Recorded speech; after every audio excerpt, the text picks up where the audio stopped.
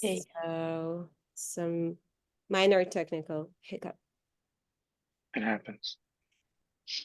What happens if someone does the demo of their product and something like this happens?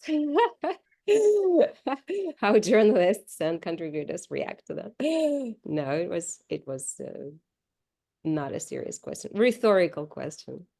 Okay, I think we can start now. Hello, everyone. We are Katya and Marusia, founders of House of Pitch, an attention marketplace where you can pitch your stories, your ideas, and your services to other users. And today we speak with Anshel Sag, a contributor from Forbes. Anshel, I'll give you the floor to introduce yourself and tell a couple of words what you write about and what are your main interests and what you're looking for in the stories.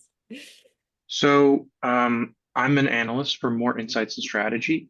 I used to be a journalist in a previous career. I did that for about 5 years, and I actually co-founded a publication and ended up becoming editor-in-chief. And then I moved into the analyst world where, we provide lots of insights for the different industries that we cover. We also work with companies as well as with the press, but we also write our own things as well. So I write white papers, write research notes, and my research notes are what you find on Forbes and on our website. So I'm a very prolific writer. I come from a world of writing, so for me, I tend to write more than other analysts do, because it's just like kind of my way of communicating how I see things, and my perspective on the industry. And then I do write very lengthy papers as well. Sometimes I write too long of a research note and it becomes a paper. So that's a fun one. But my areas of coverage are pretty broad.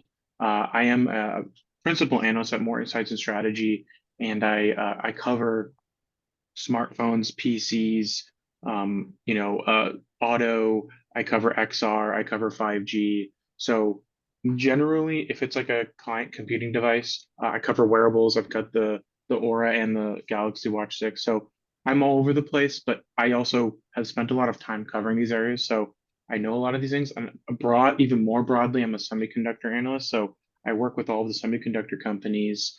I work with the foundries. I was just with Intel yesterday. The week before, I was with Qualcomm. So I'm constantly working with a lot of the semiconductor companies because I started in hardware when I was 16. So I've been doing this for 18 years now. So I may be young-ish, but I have a older experience level, and I really enjoy what I do. It's always been a passion of mine. I honestly didn't know this was a job that I could have, and it is a very uh, fun thing to do. You get to travel a lot and write about the things that you find interesting and help companies and the press understand things. Awesome. What do you think your job would be if not that? Uh, I was a major in fine. I was like a economics major, so I probably would have been some kind of Wall Street. economist, yeah, or Oh Wall my Street. goodness. So some Yeah. other analyst actually, just not the kind of analyst I was thinking of. Nice. So you've been in journalistic world, like in conventional journalism, and now you're a contributor. Can you pour the light on the difference of these two worlds? Like what is similar, what is different, and why? Yeah, I think for Forbes, it's a very different structure than I would say other places because most places don't really have a contributor network. Generally, they have writers and they have editors. I would say like if you look at like the Forbes structure, they've been changing it for a lot of reasons, specifically with analysts. So it's a little bit more stringent than it used to be, but basically, staff writers at Forbes are employees of Forbes, while contributors are not. Contributors are compensated in a different structure, but contributors do write for the most part, what's within their realm, and staff writers are the ones who really write like the really big stories. They get exclusives, and in general, I would say that the staff writers at Forbes are uh, arguably a little bit more professional, in my opinion. So they have a lot more journalistic rigor. I say that as a former editor and a former journalist. So I really respect the Forbes staff quite a bit. And I do think there is a difference. And I would say though, you know, for a journalist versus a contributor, I think you have to have a much more compelling story for a staff writer. Um, and you have to have, a lot more like uh actual substance to your pitch. And it has to be, I think this is more broadly for all journalists that like where it's like their core day job. Um, you really have to like find something that is truly relevant to that person and their interests because in my journalism days, you're just constantly bombarded with things that are not relevant to you whatsoever, and a significant portion of your job is um, you have to filter out the bad ideas and the bad pitches. And I just tweeted this out recently, actually, like a couple of days ago. I was like, I wish I had done this years ago and automatically filtered all pitches with the word story idea in them straight into oblivion. Because the truth is, if someone is giving me a story idea, I'm not going to write it because when I hear story idea, someone is basically telling me, I have an idea that I want you to write about and say it in my way. And that's never going to work. Um, that's an instant no. That's actually very interesting because in the classic reporting, reporters, they have editors, they have like senior staff, and they plan ahead like what they're writing about. So there is a direction, and you cannot also write whatever comes to your head. You have to sync it within the editorial stuff with your with your seniors, and with the contributing, how you choose. Do you have anyone to like check on your work, like how it actually works with contributors? So I think different contributors have different structures. However, my understanding, because I don't actually publish any of our stories. So we have an editor for our firm, and his job is to make sure that everything we write falls within the Forbes guidelines. So there are very strict guidelines at Forbes for what you can write, the style of writing. Like there is a book, and they hold if not weekly but monthly uh, seminars, if you want to call them, for all of the contributors to make sure that they follow the Forbes guidelines on style, sourcing, all these things.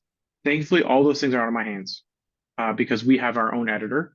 But that's not normal because most contributors are their editors, and then they have someone at Forbes who kind of manages to make sure that they're staying within the bounds of what's allowed, and they get penalized if they don't.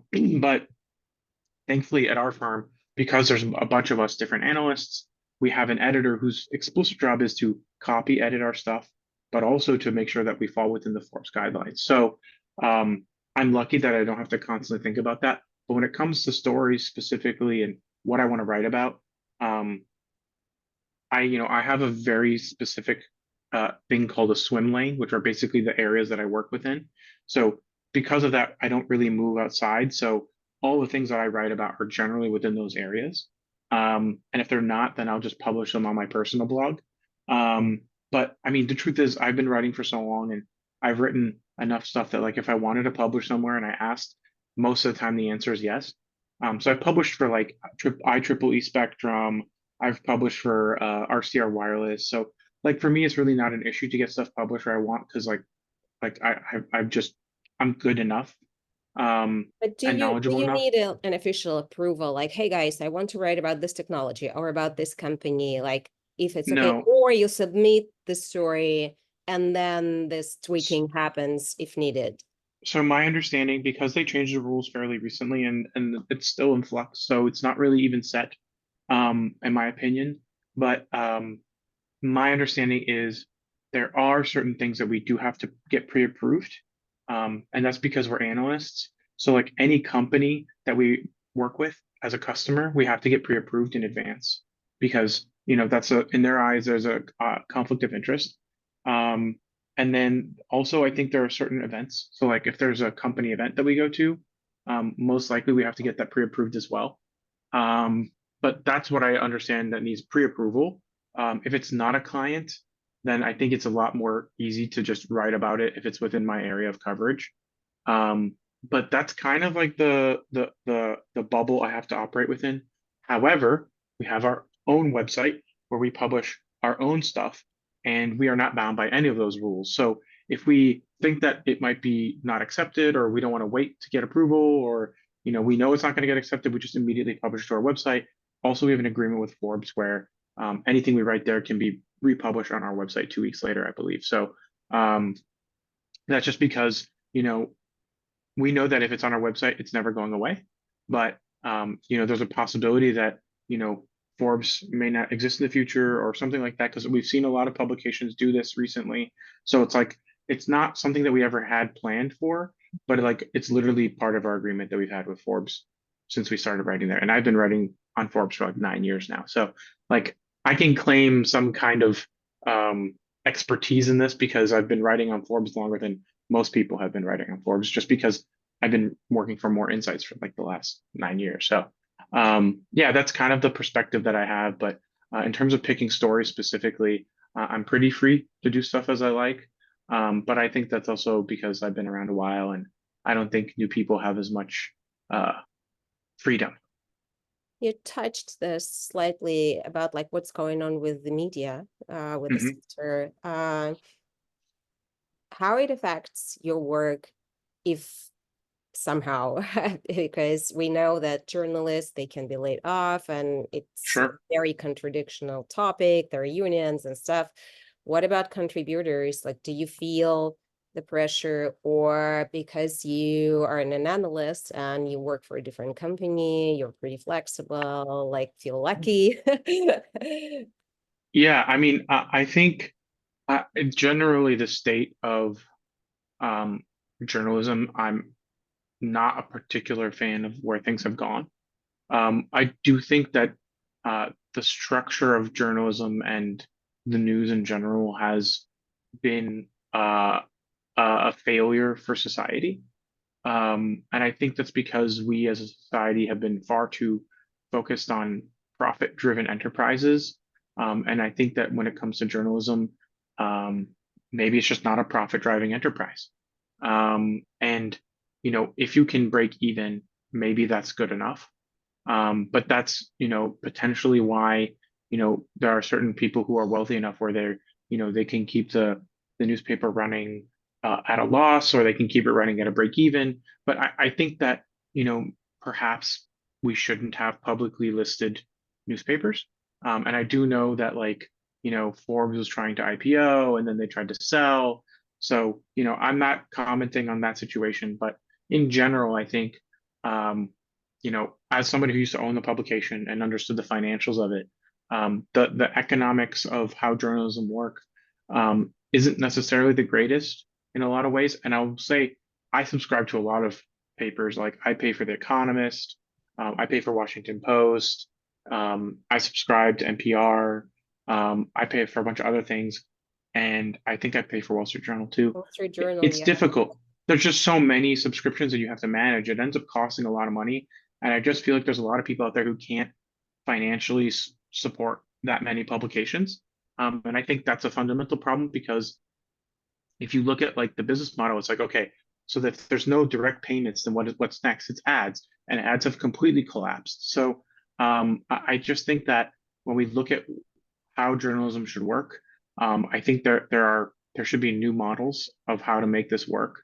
And I'm happy to pay maybe per click. Maybe I pay $1. Maybe that's a structure that works for me. And I just, pre-bank 20 to 30 clicks a month. And then I can read any articles I want every month. I feel like that's a model that hasn't existed yet. I think would be really interesting, like a pass of some sort.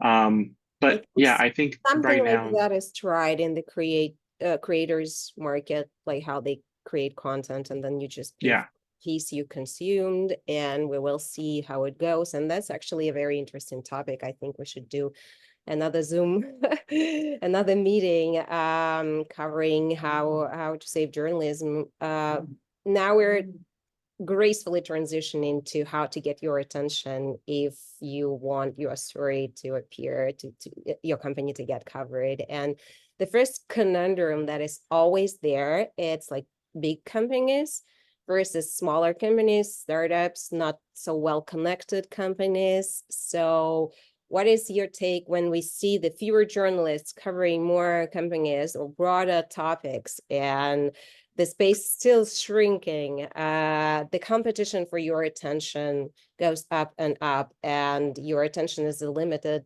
resource.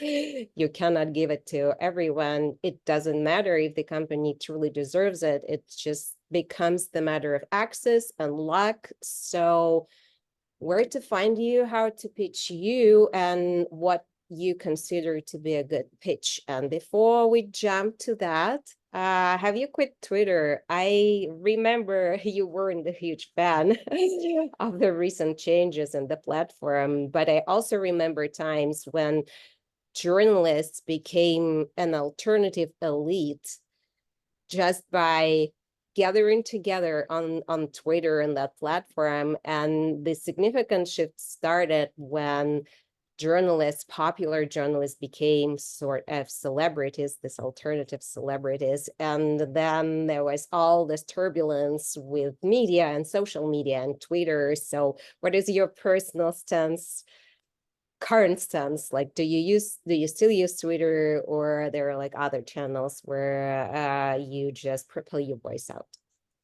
So I have 187,000 tweets. I've been a member of Twitter since 2007, so a very long time. Um, there's no way to say this other than Elon Musk has destroyed the platform. Um, and I think he has pushed a lot of journalists away, which to your point, I do think were a big draw for the platform. And a lot of them have left and they have every right to leave. I have significantly reduced my frequency of tweeting and use of the platform in general. Uh, I haven't completely gone away, even though I have tried a couple times. But I do use Threads. I do use LinkedIn. I would say I use LinkedIn a lot more now than I used to, because a lot of my Twitter was just like promoting and talking about my stuff. And I'm so connected within the industry already on LinkedIn that like a lot of my stuff gets visibility and goes viral on LinkedIn as well. So like, you know, my platform outreach on LinkedIn is big, but it's nowhere near where it is on Twitter. But also on Twitter, I've been around a long time.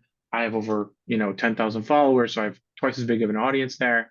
So I do still fairly well on Twitter, but it's a much more toxic platform than it was before. It's not as an enjoyable of an experience. I had a post go on there fairly recently viral about me wearing a Vision Pro with my daughter sleeping on my chest, and it got like 13 million impressions. But the amount of absolute vitriol hate that I got from people who probably don't even have Oh, kids for was what? just was What was the insane. problem? All I have to say is that like Twitter has become a less nice place. I feel like Threads is a much kinder place. I don't really use Instagram as much as I think I should or would like to, but I feel like Instagram has kind of died as a platform, in my opinion. I do pretty well on TikTok, but for the most part, I'm republishing videos on YouTube, on TikTok. I'm omni-channel, right? So I create a video, I post it everywhere, and then I kind of compare and see how it does everywhere. I posted a video recently from NVIDIA GTC of a robot jumping over a box and then landing on the ground seamlessly, and it freaked a lot of people out, including myself. And it did really well on all the platforms, but I was really interested to see it did 600,000 impressions on Twitter and like 200,000 on TikTok, and then it did like 10,000 on Threads. So I Doesn't it mean, feel like a second job? Like yeah, I mean, it you're is. the analyst, you're the contributor in Forbes, and now you're like social media Yeah. And creator. my YouTube account, I have like 10,000 subscribers. and like 15 million views, but it's mostly from like one video going super viral from CES like 7 years ago. But the thing is that I treat it as like a second class. So I actually just like don't really edit the videos. I maybe like clip them at the front and the end. I don't really like make any significant captions. Like I do a couple, just to get good content SEO for the video, and then I just repost the same thing everywhere. It's very minimal effort. I don't consider myself like a video content creator, but I know that I have access to cool stuff. I can take decent videos, and it's really easy and low effort for me. So it maybe takes 10, 15 minutes for me to publish it everywhere. So that's kind of the extent of how I handle it. But it helps But a it's lot with the audience. yeah, it just kind of helps me get my profile out there, and people can see and hear what I'm doing, and see that like, I'm still, trying out all the new headsets, or seeing the latest autonomous vehicle stuff, or whatever it might be. But truthfully, like I don't really consider that a part of my job, but it's still influence and influential. And as a result, I just like to have that. And I still have a lot of videos on my YouTube, and I still publish, a weekly 5G podcast. But that's kind of the aspect of that. I already forgot your initial question when you were It's asking like me. how to get your attention, where to pitch Oh, you, where to reach out to so you, with what, and how to increase the chances that the story will be out, that the product will be covered. So yeah, what are that's a you good looking question. for in pitching? I would say that email is the best place to go. But I will also say there have been times where I've gotten pitches, and then I forgot or missed, or just didn't really connect, and then they followed up, and then I saw it and I was like, oh, I'm so sorry. I wanted to reply to you and I forgot. But then there's other times who people will reply to me 6 times, and I'm like, I think you should have gotten the memo. So I think really what it is it needs to be relevant to who I am and what I cover. Um, and the header actually does matter. So So what's the best be header? We already I know that mean, you delete the story ideas. yeah, I mean, Duly I noted. yeah, I mean, the truth is that like the best headers are ones that are, you know, like what's the like actual product, or what's the relevant thing, and then maybe like a few words on like how it's relevant to me specifically, because I'm not even opening a lot of these emails. I'm just seeing the headers. And if the header is too like overly attentive, then like too much like get my attention, then I'm going to delete it, because I'm like, I don't like, you're trying too hard. And then it's you have to thread the needle between trying too hard and being overzealous and not trying hard enough. So it's a difficult thing, and that's why it's not my job to be a PR person. Can you But give us an example, something recent, here, like let the me look at good my inbox, example then I'll tell of you. that example? Um, but yeah, I think when I'm looking at my email, let me actually look at my email. Uh, a good example. So I just got an email from HP Enterprise, and it says sustainable IT webinar. I'm okay. Okay. I know that this is a webinar. Okay. 50-50 on webinars already, but I know it's from HPE, so it's a relevant company. And then sustainability, it's a fact, it's something that's relevant to me in terms of I care about sustainability, right? Um, and then I'll look at like um, another one. This is just a regular press release, so I know it's a press release. I know that I can delete it in an instant if I don't think it's relevant to me, but it's about NAB, and it's from a company with a new video production solution. So I'm like, okay, do I care about video production solution from this company? Yes or no, right? So I'm the company name, what's relevant, and maybe what it's connected to in terms of the event. Those three things are really easy for me to filter mentally if I need to quickly open it or delete it. And that's kind of how I manage most things, is, keeping it simple. And if it's a new company I've never heard Yep, of, the smaller um, company, a if startup. it's a smaller company, I need to know what is that company's like. If you're, let's say DJI never existed as a big company. It's a new company. You got to tell me what DJI does in the pitch, so I know like DJI, world's best drone company, has a new drone, right? I need to know like what's relevant if you're not a big company, because The truth is, I've worked with so many small companies before, and I'm willing to give new and small companies a chance because I truly believe the small companies are the ones who are innovating, right? Because they're the ones who are getting gobbled up and bought by these bigger corporations because they have new and interesting ideas, but none of these companies will ever get acquired if they don't get coverage, right? So I work with a lot of different PR agencies. I generally trust a lot of the companies that I work with. So the bigger agencies, they tend to have a little bit more easy way to get in because I know those people and I know who they represent. So they may have a slightly easier job, but at the same time, um, sometimes I have clients and I literally could not care less. So um, nothing is for sure, which is that's the core of the business. But I think in Trial terms of and your other, error. yeah, and I think the other thing is it's really I think the one thing that's really important, and I think this is missed by a lot of PR people, is this is a relationship-based game, and it's important to build a relationship with someone and a relationship of trust before you can really expect them to do something for you. So, like, cover a story. I generally work with PR people a lot, and the PR people that I work with more, I trust them to know what I care about, and I trust them to not give me crap that I would not want to know about. Can we just add more substance to that? Because it's everywhere, this advice, like build relationships before with journalists, with investors, like before you hit your due date for raising money or getting covered.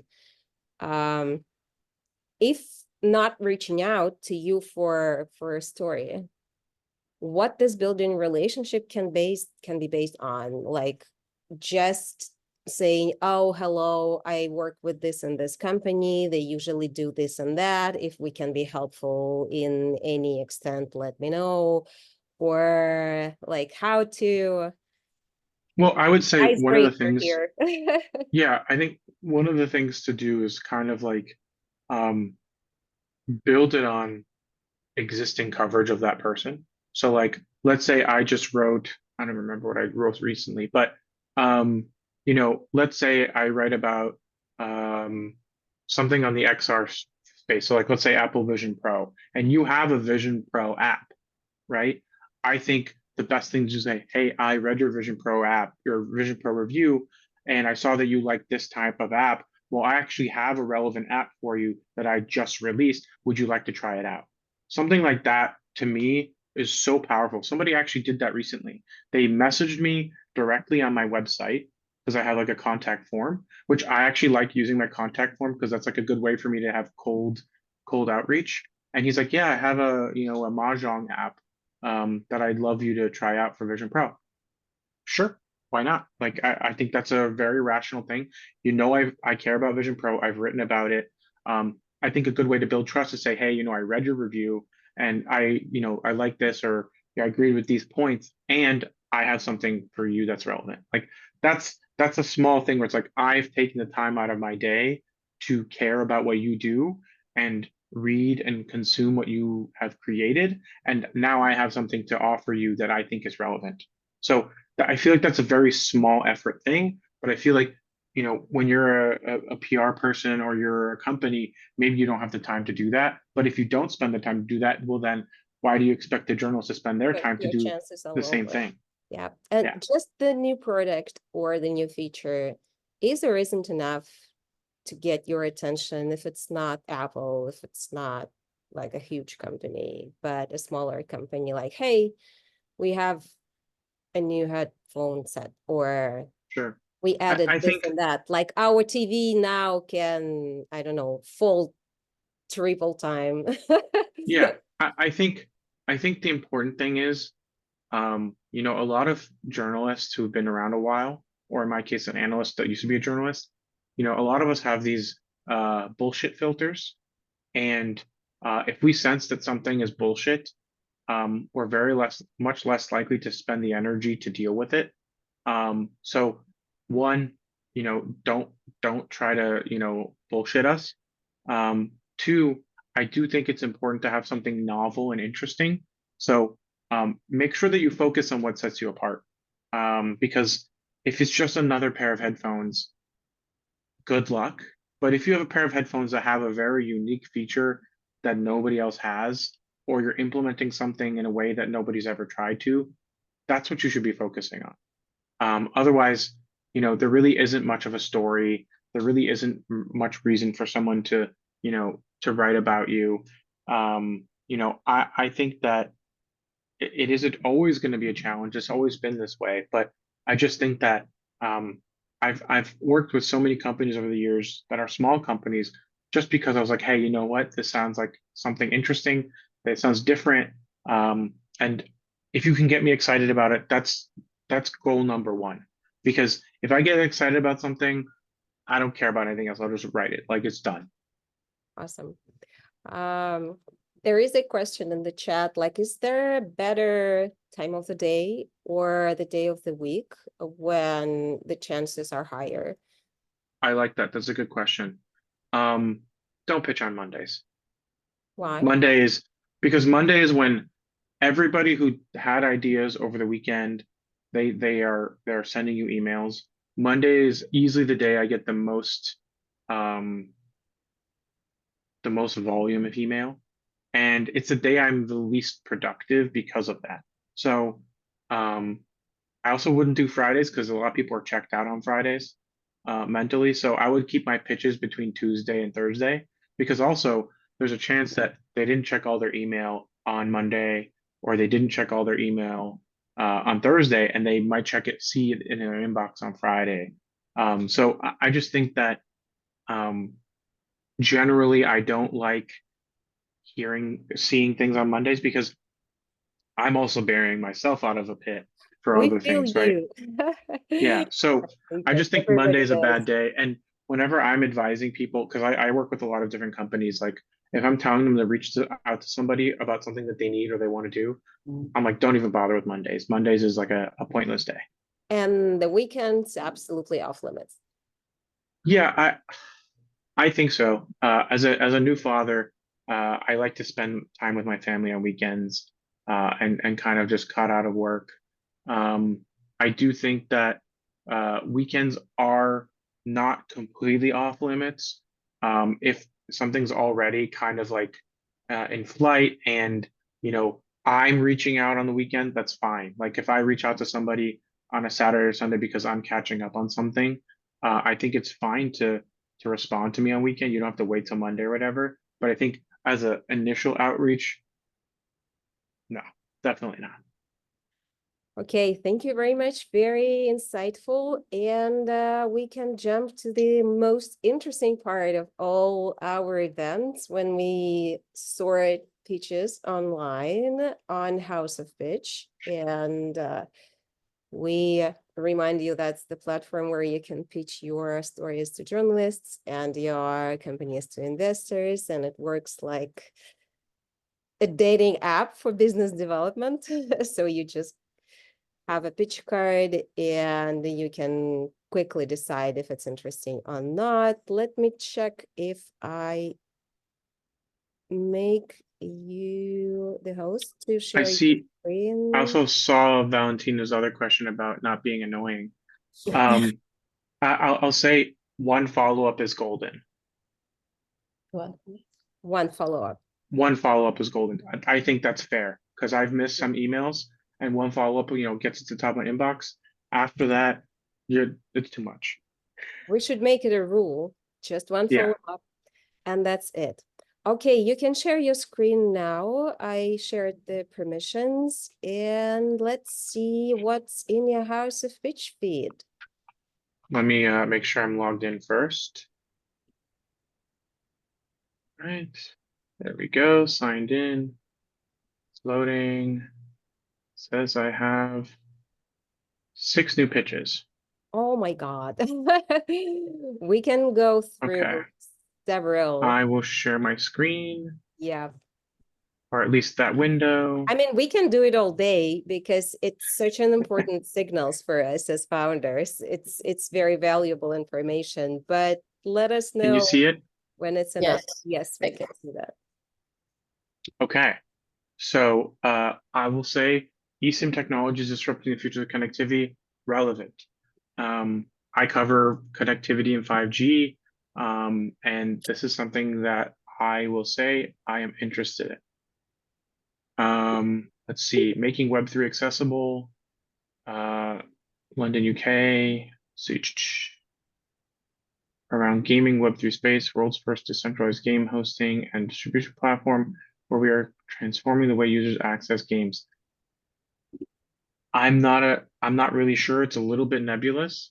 Web3 is a very broad term, and so is gaming. So I'm going to say nope. Let's see.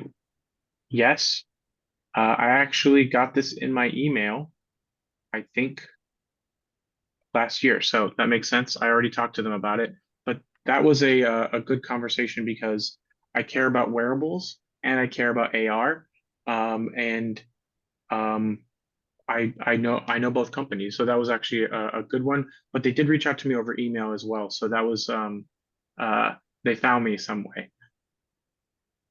And then here I would say I'm not really that interested in AI experts, just because I work with most of these companies and I know almost all of their AI experts at these firms. So that's not really something that's relevant to me, but I would say that there are probably some journalists out there who might want to speak to AI experts for a story. So this could be valuable to someone else, but not for me. And And you can then, share a pitch card. I'm sorry? You can share a pitch card with someone. Yes. But I don't know who would need it, to be honest with you. Fair enough. I did not know that feature existed, but thank you for letting me know. Let's see. Give freely startup by TripAdvisor founders. Okay, I like that they pitched that this is something from a well-known, new startup from well-known founders. And yeah, I don't actually know if I will write a story about it, but I'm interested. So I'll connect just because it sounds interesting. Catch digital ID replaces all your passwords with just a hand wave on any smart device. Maybe I am kind of interested in biometrics and cybersecurity. However, I'm not really sure that I fully trust a startup yet to do something like that because that's a challenging thing. I'm on the fence, but for the sake of it, I'll say yes. Because there's a lot of things and now we're cleared. So I think that was like 50-50 maybe.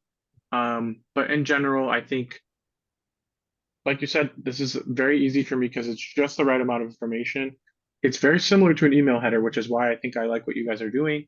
But it's a little bit more information so that I can maybe get a little more of an idea of whether or not I'm interested. So I Then hope that just was helpful for subject everyone. line, yeah, with the emails. So more Yeah, information, but a little bit more it's context. important, no, like hellos, goodbyes, and misspelled names, what all journalists and contributors and writers completely hate. All Oh right. yeah, I honestly, as somebody who has his name ruined constantly, I'm very amused when people mess up my name because I'm like, it's in my email address. Like you had to type it right the first time, otherwise I wouldn't have gotten it.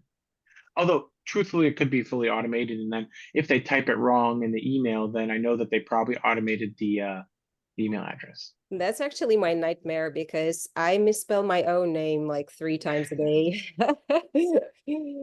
All right.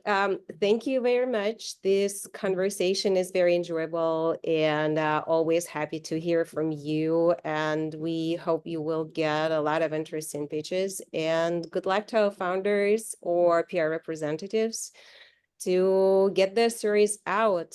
Have a nice day. And if you have any questions about House of Pitch or future events, always drop us a line. We will be happy to see you. Thank you, Anshel. Thanks, guys. Good to see you again. Bye. Thank you. Bye.